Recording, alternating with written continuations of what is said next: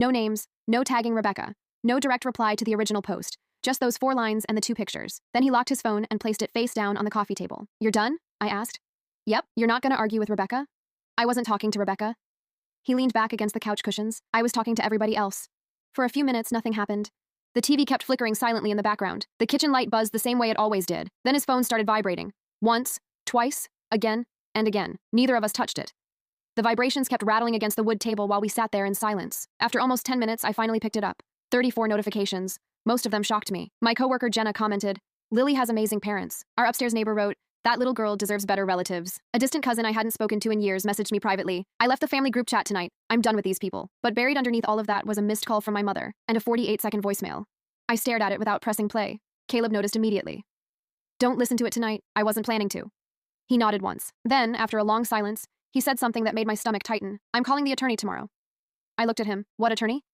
The one who handled Lily's adoption. My forehead creased. Why? To talk. That sounds serious. It is serious.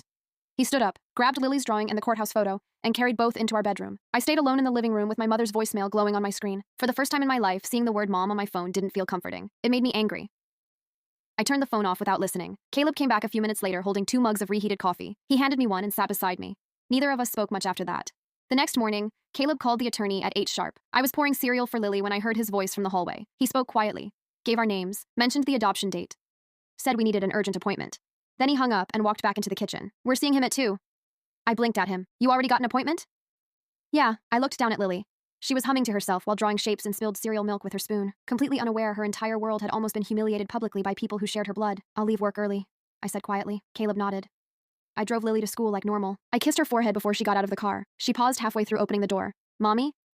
Yeah? Are you mad? The question hit me harder than I expected. No, baby. You look sad. I forced a small smile. I'm just tired. She accepted that answer immediately. Kids trust you even when you don't deserve it. I watched her run toward the school entrance with her backpack bouncing against her shoulders. Then I sat in the parking lot another minute before driving away. At work, I avoided Facebook completely. My phone stayed face down beside my keyboard. Jenna stopped by my desk twice. The first time, she squeezed my shoulder silently. The second time, she left coffee beside my monitor without saying a word. I almost cried over that stupid coffee. At 1:30, Caleb picked me up outside the office.